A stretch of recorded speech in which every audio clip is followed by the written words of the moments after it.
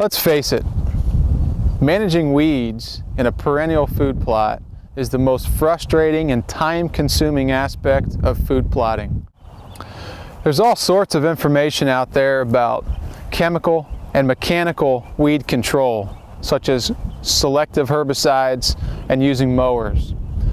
But I like to start early and get ahead of the weeds with a cultural weed control measure known as frost seeding.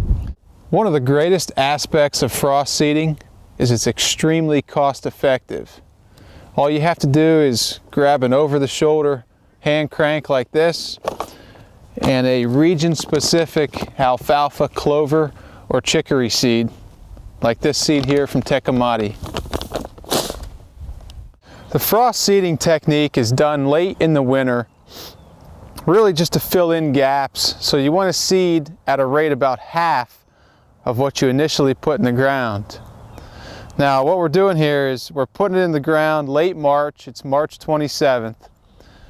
And in late winter, early spring, you still have the nighttime freezing and the daytime thawing when the temperatures rise.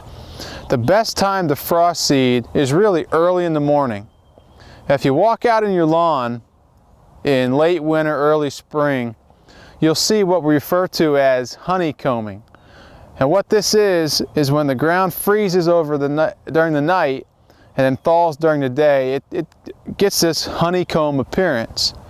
This is perfect for this technique of small seeded clovers, alfalfa, and chicory. These seeds, when we broadcast early in the morning, will drop right into those pockets in the honeycomb. And then as the daytime temperatures increase and those soils thaw out, it slowly draws that seed in, creating a perfect environment for germination and perfect seed-to-soil contact.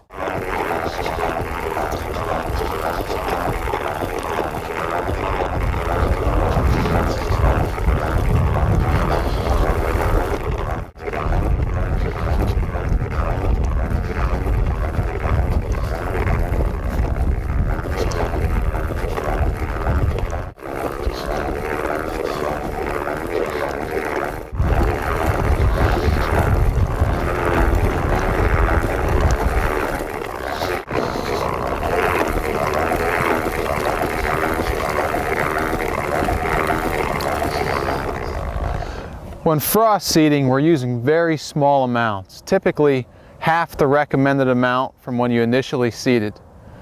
Another aspect of frost seeding that's important to point out is we're using hard, small seeded seeds from food plot cultivars like clover, alfalfa, and chicory. And the reason is twofold. Number one, we don't want grass seeds that can absorb the moisture from sitting here in the ground waiting for soil temperatures to rise to about 45 or 50 degrees before they can germinate. And the second point is the hard, smaller seeded cultivars like clovers will fall into those pockets of the honeycombing soil much more effectively. So for that reason, again, we're using hard, small seeded clovers, alfalfas, and chicories. And another point I want to make when frost seeding is you want to go at a pattern throughout the food plot and lightly seed. And then you want to do a similar but perpendicular pattern going the opposite way. This way you make sure you get full coverage, but always cut back the amount of seed, and it's going to feel like you're hardly putting any seed on. If it does, then you know you got it right.